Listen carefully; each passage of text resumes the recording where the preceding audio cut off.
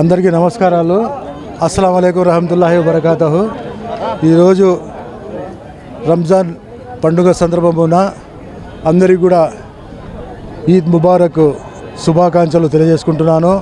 గత నెల 30 రోజుల నుంచి కూడా ఉపవాసాలు ప్రజలు ఎంతో కఠోర ఉపవాస దీక్షలు చేసి ఈరోజు సంతోషంగా పండుగ చేసుకుంటున్నారంటే ఆ అల్లా యొక్క కృప, ఆ కరుణామయుని యొక్క దయ.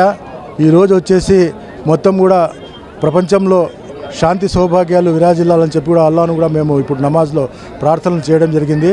ముఖ్యంగా భారతదేశము, అలాగే ఆంధ్ర రాష్ట్రము, మన కడప జిల్లా, అలాగే కడప నగరంలో ఉన్న ముస్లిం సోదర సోదరులు అందరూ కూడా పేరు పేరున హృదయపూర్వక ఈద్ ముబారక్ తెలియజేసుకుంటున్నాను.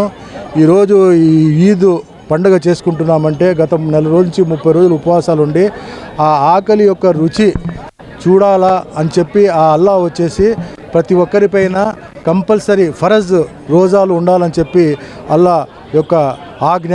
ఆ ఆజ్ఞను పాటించి ప్రతి ఒక్కరు కూడా మేమంతా కూడా గత నెల నుంచి 30 రోజులు ఉపవాసం ఉండడం జరిగింది.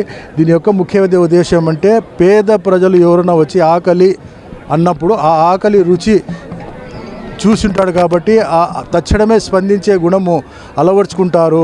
ఆ పేదవాని యొక్క ఆకలి తీర్చేదానికి వాళ్ళు ప్రయత్నాలు చేస్తారు అనే ఉద్దేశంతో ఆ అల్లా ఈరోజు కంపల్సరీ చేయడం జరిగింది.